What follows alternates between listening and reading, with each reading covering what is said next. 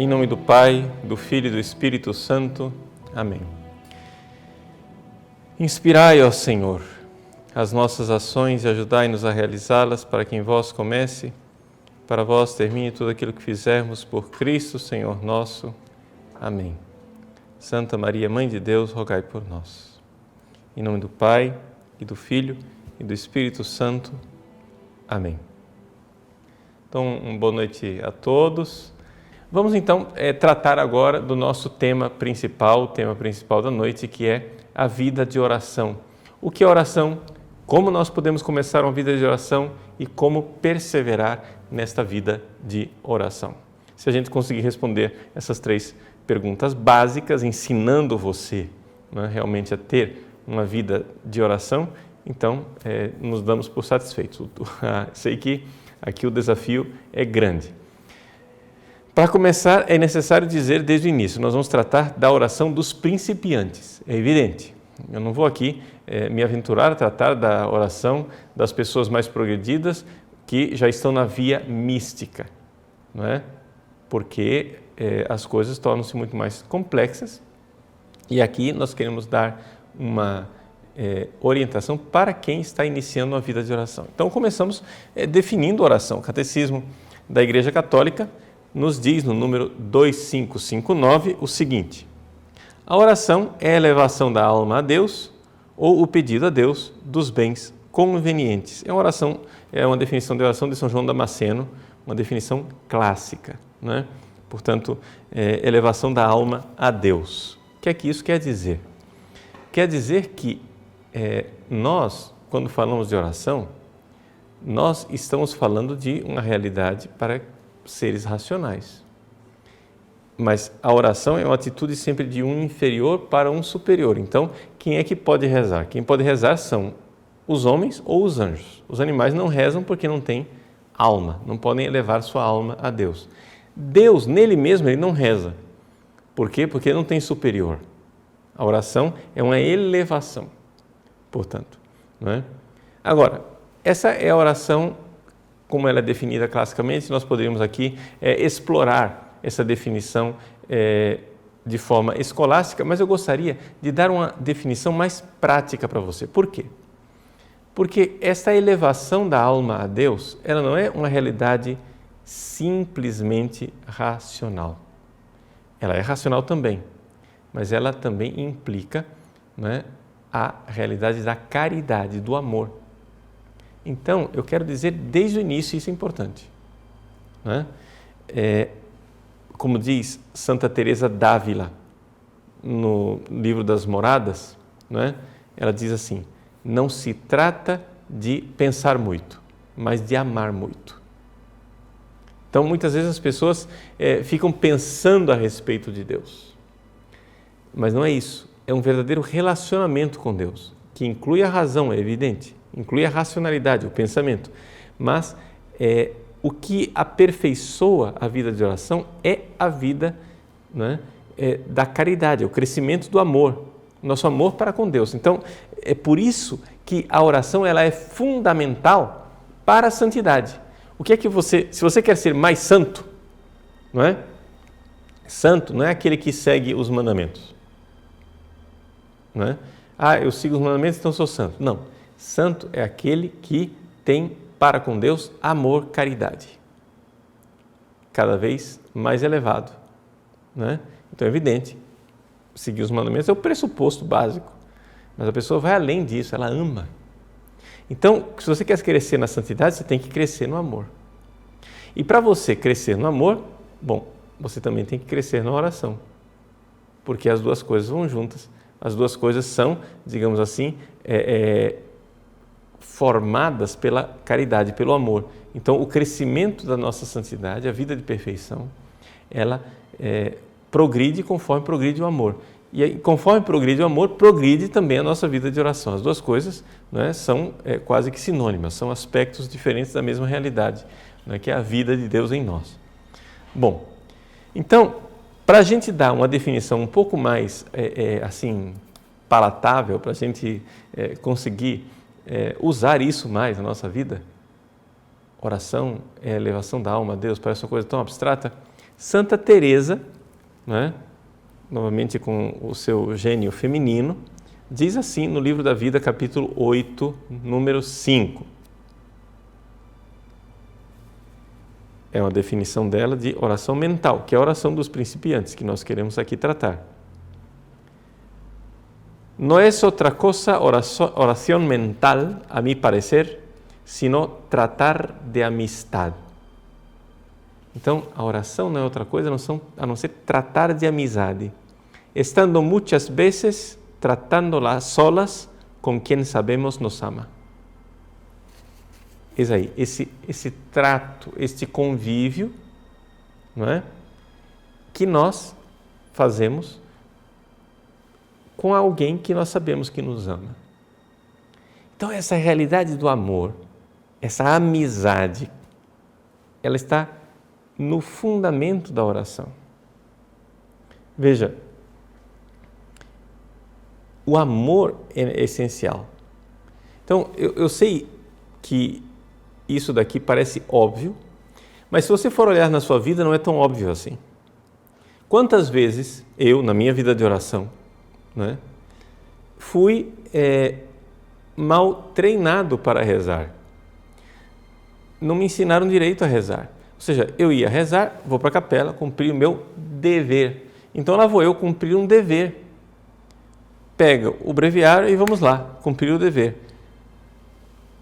Plenamente atento àquilo que eu estou rezando, que beleza. Vamos supor assim que não haja distrações, vamos supor que eu esteja atento e meditando aquilo que está lá, ótimo. Porém, o problema é o seguinte, gente, e o amor? Né? E o amor onde é que fica? Então, Santa Teresa, mais uma vez recordando, deixa eu pegar a citação aqui para quem quiser depois ler, no primeiro capítulo das quartas moradas, né? Ela diz assim,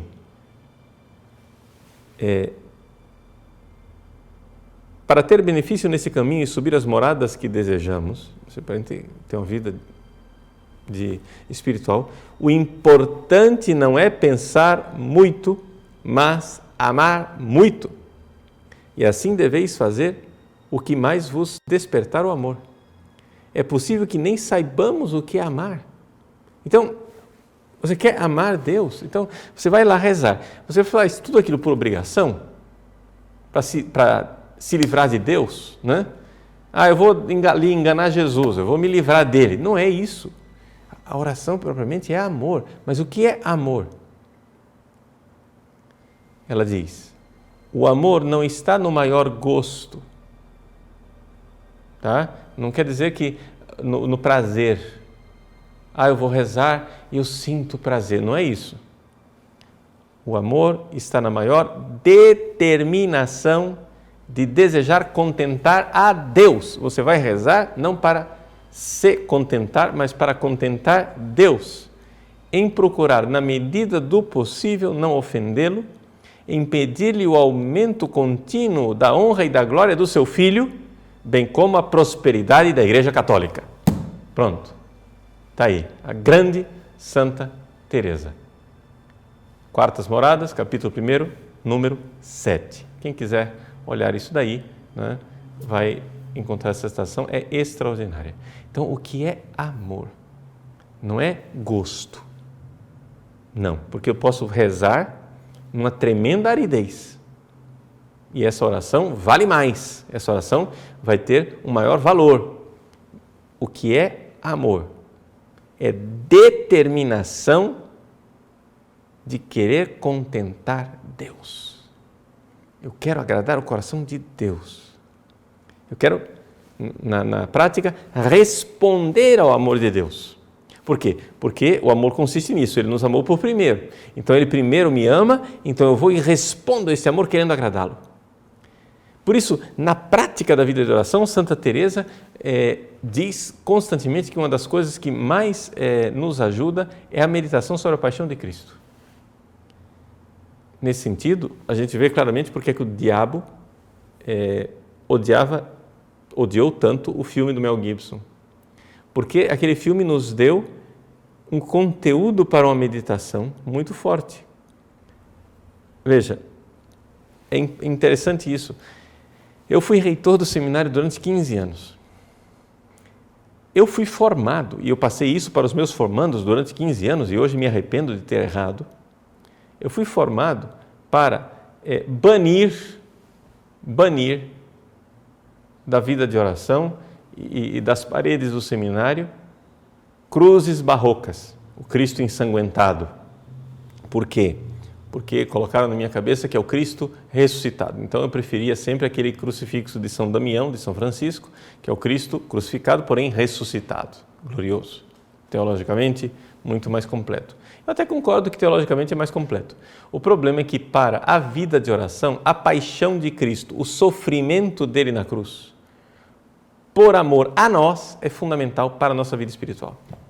Então, tirar das nossas vidas os crucifixos, as imagens de Cristo ensanguentado, faz um mal imenso para a nossa vida de oração. Lembre-se que Santa Teresa, por exemplo, ela se converteu diante de um Cristo chagado. Não é? Por isso essa realidade da paixão de Cristo que faz brotar em nosso coração a gratidão, amor. Então, crescer na oração é crescer no amor. Isso precisa ficar bem sólido aqui, bem no início, para que a gente possa entender do que é que nós estamos tratando. Agora, é evidente que tudo isso é uma graça de Deus, não é? O próprio catecismo nos recorda essa realidade da graça de Deus, quando no número 2560 nos diz assim: se conhecesses o dom de Deus, né? Aquele versículo de Jesus à samaritana. E veja que Jesus aqui está falando com uma pecadora, né? É aquela realidade dos rios de água viva. És tu que lhe pedirias a ele e ele te daria água viva. Então esta graça de Deus, né? De Deus que quer nos dar uma água viva para saciar o nosso coração. Então, só vai haver vida de oração se houver esta realidade da graça de Deus.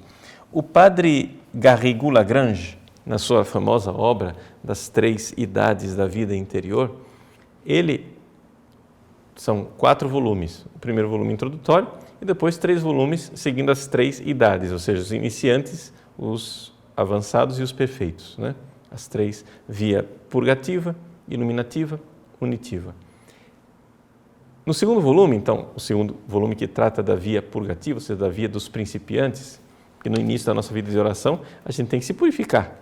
O nosso amor é um amor por Deus que pode até ser sincero, mas é um amor todo misturado com amor próprio, todo misturado com egoísmo, todo misturado com idolatrias, etc. A gente ama a Deus, mas também idolatra tanta criatura.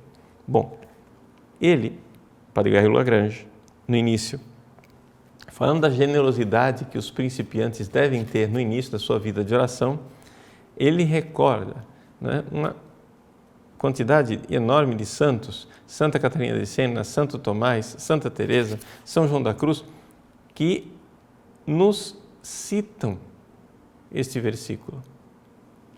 Ou seja, dessas fontes de água viva, lembrando que nós precisamos ter uma sede desta água, uma sede desta graça. A vida de oração só vai acontecer se nós abrirmos nosso coração para receber esta graça que é rezar. Rezar, na verdade, é um grande dom de Deus, uma grande graça, né? Então, Santo Tomás recorda, por exemplo, bem-aventurados aqueles que têm fome e sede de justiça. E ele, então, comenta, essa sede é a sede de Deus que a gente precisa ter. E assim por diante. Não vou citar aqui todos os santos porque nos levaria muito longe, mas para lembrar essa realidade que é algo básico, fundamental. Bom, uma vez que a gente já predispôs mais ou menos um conceito de oração, que a gente entendeu mais ou menos o que é oração, né?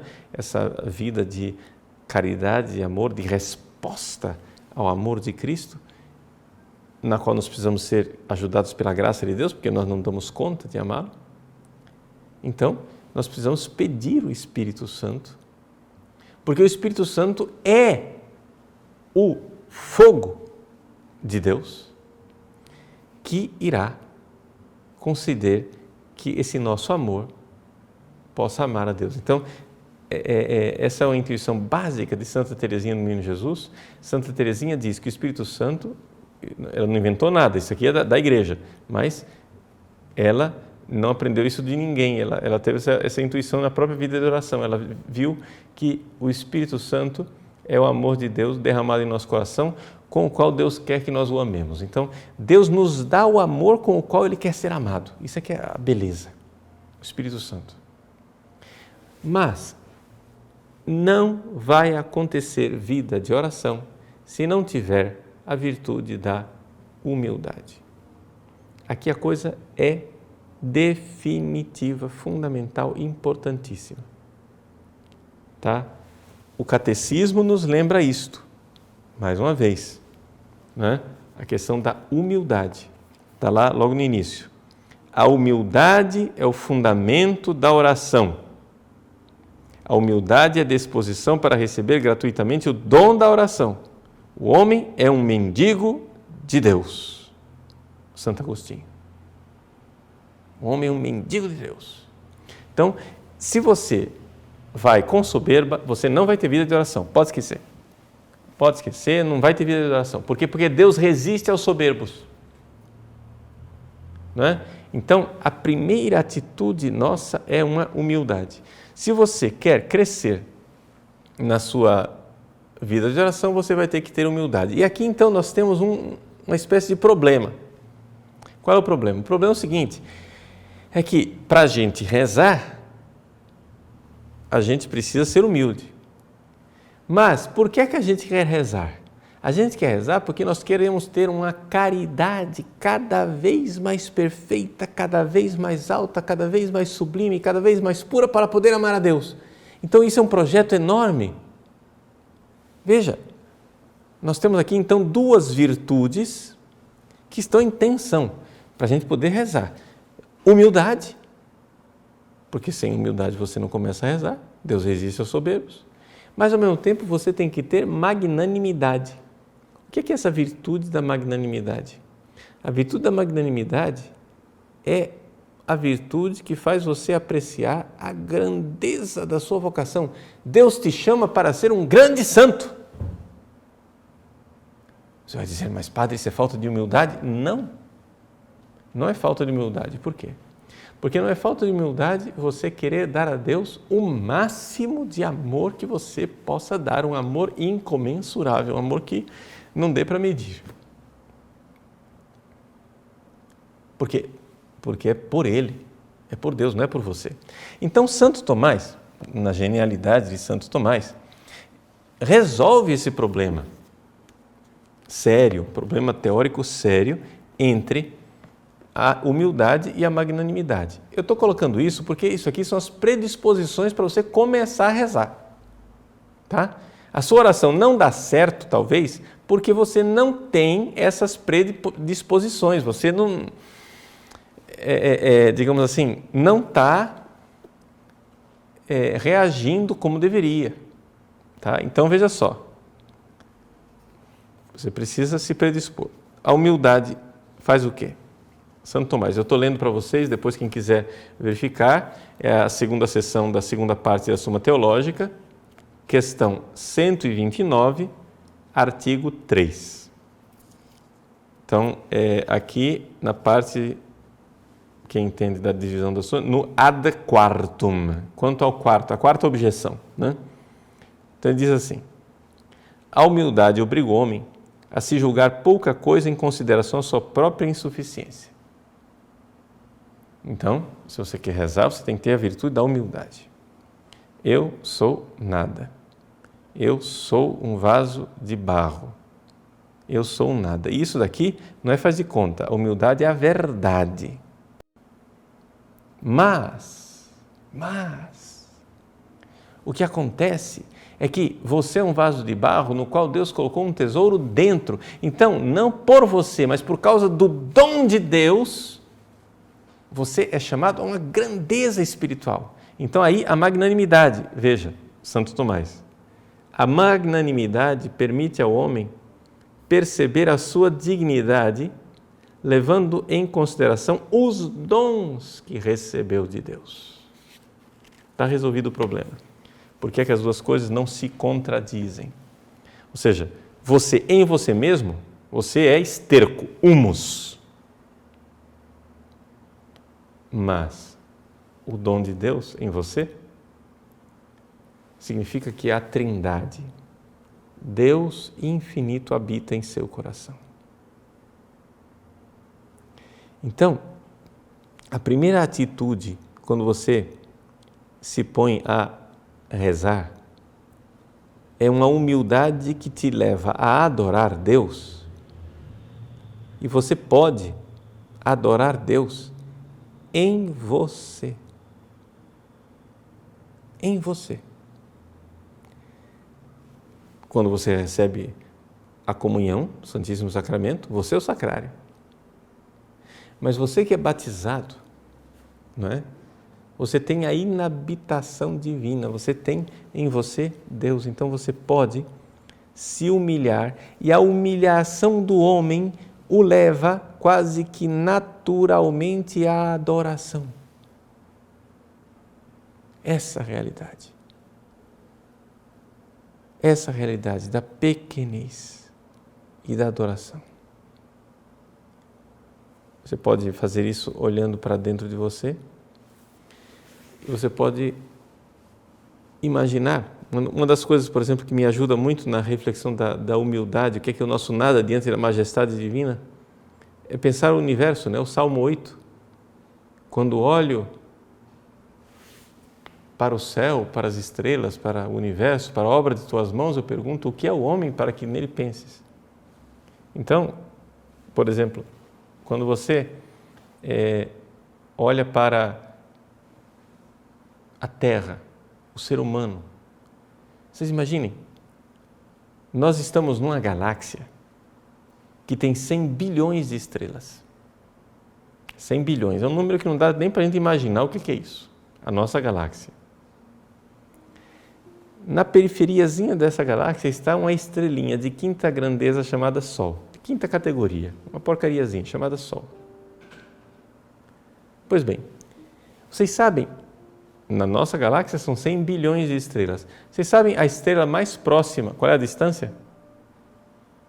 Se o Sol fosse bater na estrela mais próxima, ele teria que viajar na velocidade da luz durante 4 anos para chegar lá. Para bater.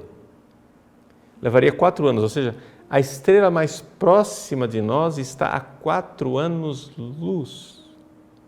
É uma distância enorme. Imagina o espaço vazio desse universo. As distâncias. São 100 bilhões de estrelas. Na nossa galáxia, a Via Láctea.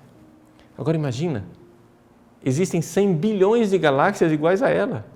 As mais distantes estão a 15 bilhões de anos-luz. É um negócio assim, impensável. Dá vertigem de pensar. O universo é enorme, enorme. E nós não somos nada, nós somos uma poeirinha nesse universo. Mas, meus irmãos, este universo enorme diante de Deus é um nada. É uma gota d'água na balança. Não é incrível que Deus nos ame? Não é incrível que Ele se importe conosco? Não é incrível que Ele venha habitar em nosso coração? E, no entanto, esta é a verdade. Esta é a verdade cristã. Então, adorar essa realidade. Então, quando você se coloca diante de Deus em adoração, nessa humildade, então, imediatamente, o que brota como número 2 é um ato de fé. Eu estou seguindo aqui um esquema que não é meu, é do próprio Garrigou-Lagrange, num outro livro chamado Perfeição Cristã em Contemplação, segundo Santo Tomás de Aquino e São João da Cruz. Esse livro, Perfeição Cristã em Contemplação, é em 2 volumes. Eu estou usando aqui um esquema que está no segundo volume, eu tenho aqui a versão, no primeiro volume, perdão, eu tenho aqui a versão italiana, na página 232. Então ele diz, a primeira coisa é a humildade, que nos leva à adoração dessa graça santificante que está em nós, essa habitação da Santíssima Trindade. Segunda atitude, segundo ato, o ato de fé. Bom, o ato de fé não precisa de muitos discursos. O ato de fé é um olhar simples, né? Um olhar simples que se deve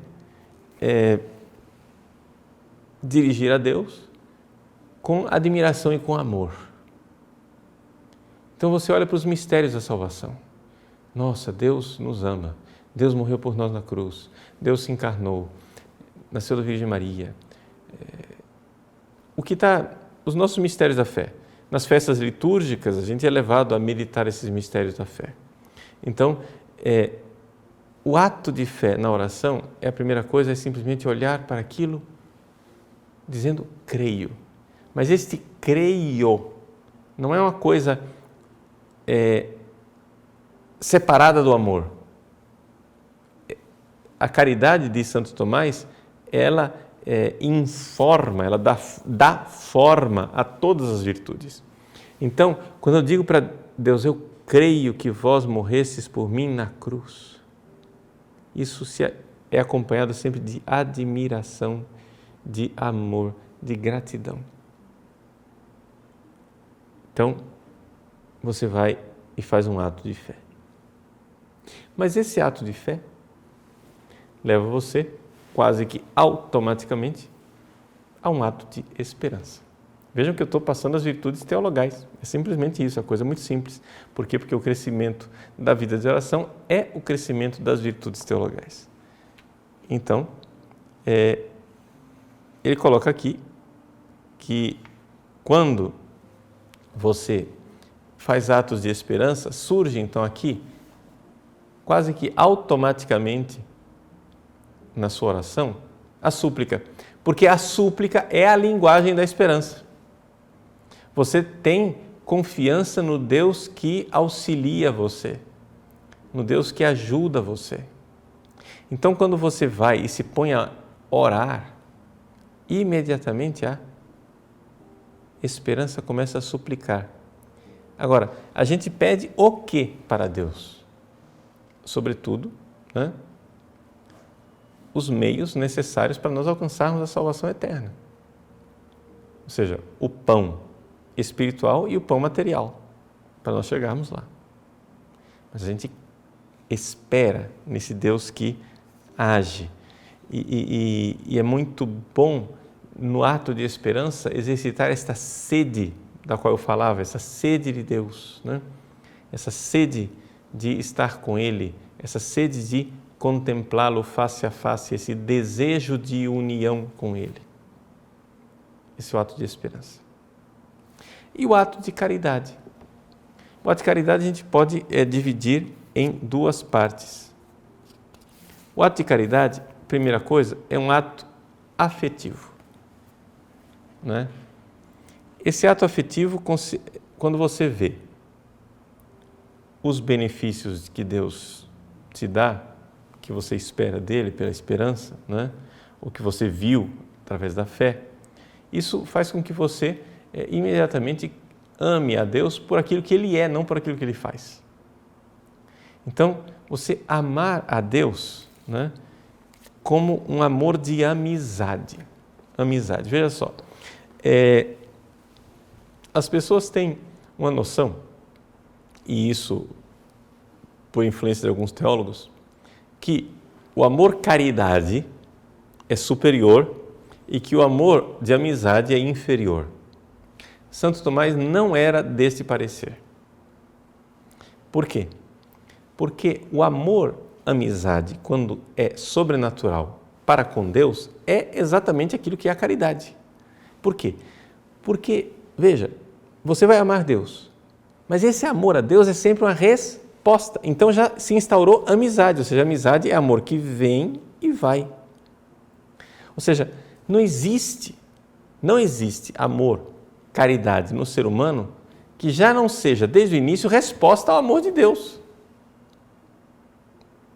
Né? Isso aí eu aprendi com meu amigo, padre Duarte da Cunha, padre português do Patriarcado de Lisboa.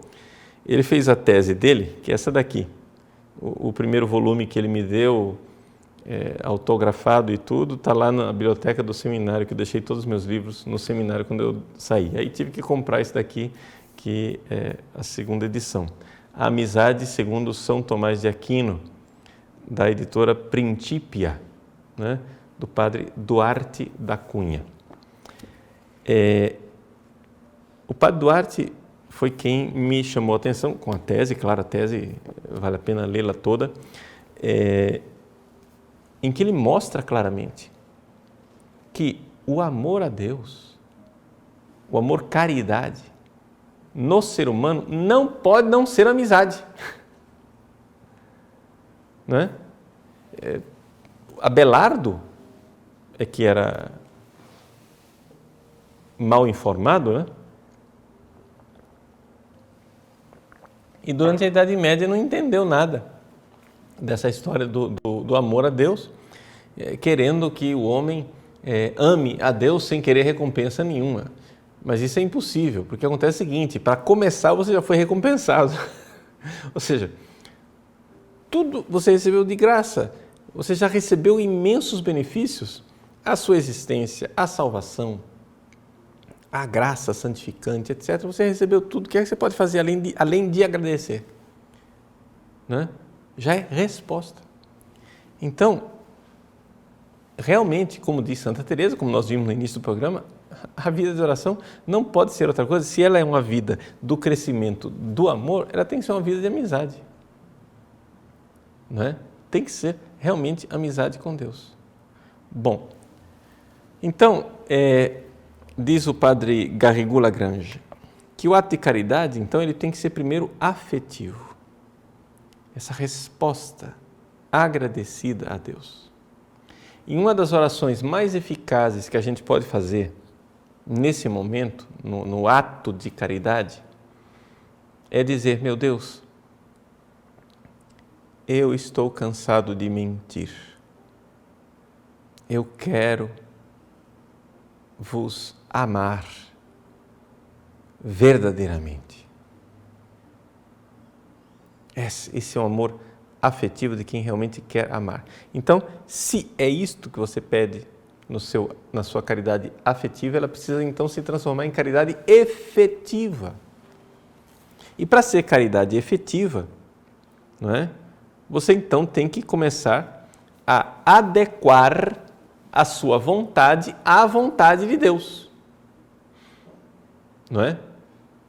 A adequação de sua vontade à vontade de Deus. Por quê? Porque se você não fizer isso, você não ama coisa nenhuma. Então, o seja feita a vossa vontade é fundamental na vida de oração. A vida de oração tem que nos mudar, tem que nos transformar. Então, muita gente quer crescer na vida de oração, mas não entende que a oração não é para mudar a vontade de Deus, a oração é para mudar você. É claro que você suplica a Deus, né, coisas, mas essa sua súplica não é para mudar a vontade dele. Santo Tomás de Aquino respondeu de forma extraordinária a dificuldade intelectual que a gente tem. Bom, se a vontade de Deus é perfeita, para que eu tenho que pedir as coisas para Ele, se Ele não vai mudar de vontade? Santo Tomás de Aquino disse: porque Deus, na sua divina providência, não determinou somente o que vai acontecer, mas também os meios. Então, a oração dos santos, a oração dos justos, a oração dos fiéis é instrumento da providência divina. Então, Deus determinou, por exemplo, que irá salvar fulano, mas irá salvar fulano pela sua oração e pelo seu jejum e pela sua mortificação, pela sua transformação pessoal. Ele determinou isso, que Ele salvará, mas o meio vai ser você. A sua oração, você tem que pedir a Ele. Está determinado pela própria providência divina. Então, vejam, a gente tem que mudar quando a gente reza. Então é assim que a gente vai crescer na oração. Veja, são esses 4 atos. Um ato de humildade, que leva evidentemente à adoração. Um ato de fé, que é um olhar simples, né? E depois um ato que nos leva à esperança, né? Então, ato de humildade, ato de fé, olhar simples sobre os mistérios da fé, que nos põe agradecidos e com um grande amor, grande admiração diante do grande amor de Deus. Isso nos leva à esperança, portanto aí surge a súplica, não é? Na vida de oração, a súplica das realidades necessárias para a nossa salvação eterna, e o ato de caridade e de amor, que deve ser afetivo e efetivo, não é? Com essas 4 coisas, humildade, fé, esperança e caridade, você vai exercitando a sua vida de oração, né? Então, aqui nós temos então uma espécie de esquema. Nas pessoas progredidas, ou seja, nas pessoas que já estão na fase mística, essas realidades, elas acontecem todas de forma quase que unitária, né? Elas acontecem já numa só realidade. Por quê? Porque não é uma realidade tão discursiva como a oração do principiante. Ela é mais contemplativa, não é? Mas isso é para aqueles que já estão num estágio mais avançado. O propósito do nosso programa era colocar para vocês as balizas necessárias, né, para a gente progredir na nossa vida de oração, tá? Agora, colocamos aí o básico da vida de oração, mas eu gostaria de também dar algumas dicas, não é? Em 2 pontos. Primeiro ponto, a questão do dia a dia. Por quê? Porque a maior parte das pessoas tem uma dificuldade enorme quando diz, não, eu vou rezar, mas eu não consigo rezar. Então você deve preparar a sua oração, né? Existe a chamada preparação remota. O padre Garrigou-Lagrange, novamente falando do estágio da purificação dos principiantes, né, nesse livro As 3 Idades da Vida Interior, ele diz assim na página 225, é o volume 2º, que 226, que durante o nosso dia nós deveríamos, com muita frequência, elevar o nosso coração a Deus. Então, para que quando lá você for rezar, você consiga rezar, seria importante que no dia a dia, porque as pessoas têm uma espécie de divisão, um muro, que divide a vida de oração e a vida do dia a dia. Esse muro não funciona. É isso que impede você de rezar direito. Tem que pôr abaixo esse muro, não são 2 vidas, é uma vida só. Então você precisa, por exemplo, se aproximar das pessoas como você se aproximaria do Santíssimo Sacramento. E amar Jesus naquelas pessoas. Elevar a Deus o seu coração. Você está na fila do banco, tendo paciência? Então pense, Jesus teve paciência comigo e ficou 30 anos trabalhando em Nazaré. Eu posso ficar 30 minutos na fila do banco. Você está com dor de cabeça? Eleva seu coração a Deus e diz, eu tenho dor de cabeça, mas Jesus foi crucificado em espinhos. Eu vos amo, Jesus. Eu te ofereço essa dor de cabeça. Então assim você vai elevando o seu coração a Deus no dia a dia e adorando o Cristo presente nos seus sofrimentos, você agradece a Ele. Nos irmãos, você serve a Ele. Se você fizer isso, né, multiplicando esses atos de elevação da sua alma a Deus, esses atos de amor ao próximo por causa de Deus, porque vejam só, é importante isso, não é servir o próximo simplesmente pelo próximo em si mesmo. Não, isso é amor natural. O amor natural, ele não é caridade. O que diferencia o amor natural do amor caridade é o fato de que a caridade é sempre por causa de Deus. Né? Santo Tomás de Aquino nos ensina que é a questão do objeto formal. Então, eu amo Deus, objeto material, por causa de Deus, objeto formal. Eu amo a mim mesmo, objeto material, por causa de Deus, objeto formal. Eu amo o próximo, objeto material, por causa de Deus, objeto formal. Então, dá para entender, é assim que o amor que você tem, que pode ser natural, por Deus, por você mesmo, pelo próximo, deve ser elevado, porque deve ser tudo por causa de Deus. Ou seja, essa determinação, como diz Santa Teresa d'Ávila, de agradar a Deus. Eu vou amar a Deus para agradá-lo. Eu vou amar a mim mesmo para agradar Deus. E eu vou amar o próximo para agradar Deus. Assim nós estaremos fazendo atos de caridade. E isso daí vai ajudar a sua vida de oração depois. Uma outra coisa importante para a preparação remota é o nosso silêncio. As pessoas fazem um barulheiro o tempo todo, não se encontram consigo mesmas. Se você não se encontra com você, como é que você vai se encontrar com Deus? Como é que você vai ter? A oração ela é, por definição, vida interior. Se você não tem vida interior, se você nunca visita você não está com saudade de você, não? Né? Mas se você não se suporta, né?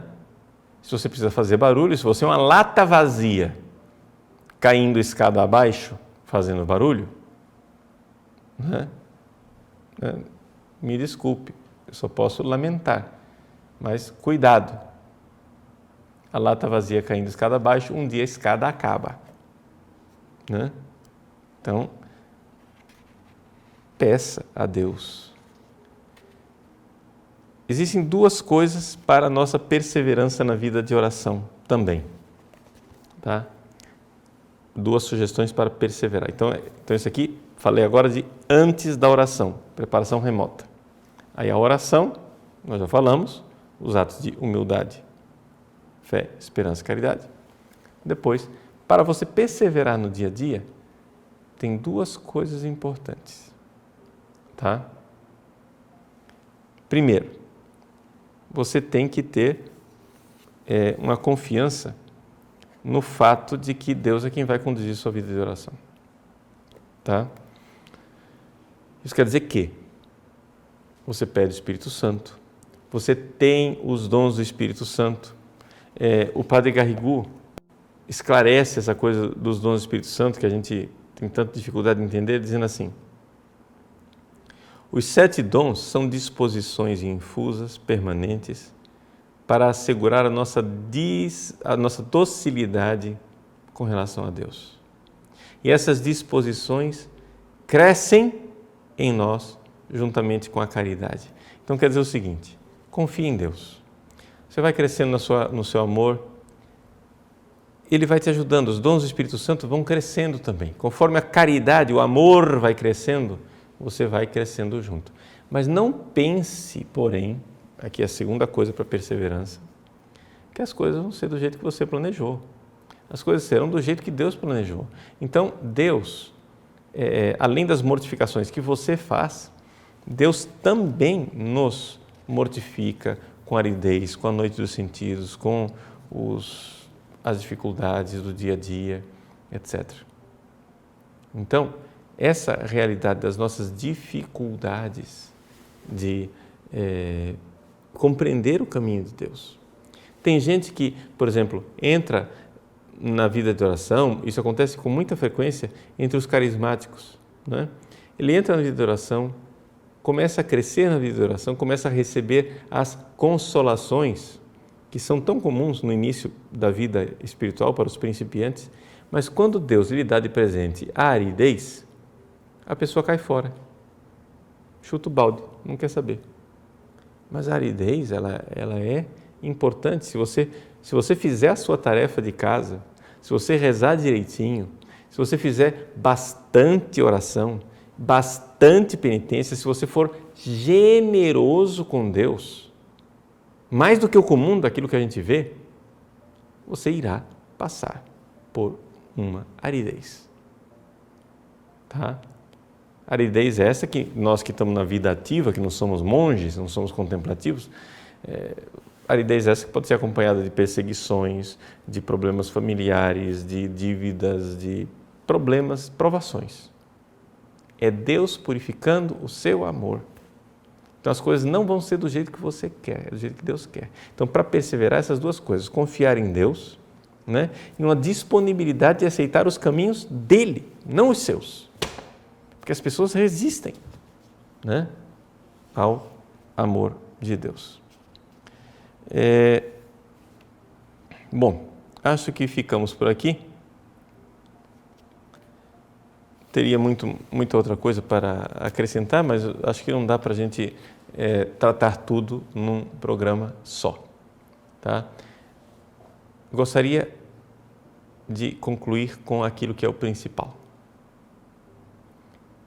Crescer na vida de oração é crescer no amor a Deus. Isto não acontece sem o esquecimento de você mesmo. Tá? Ou seja, você precisa cultivar a sua amizade com Deus.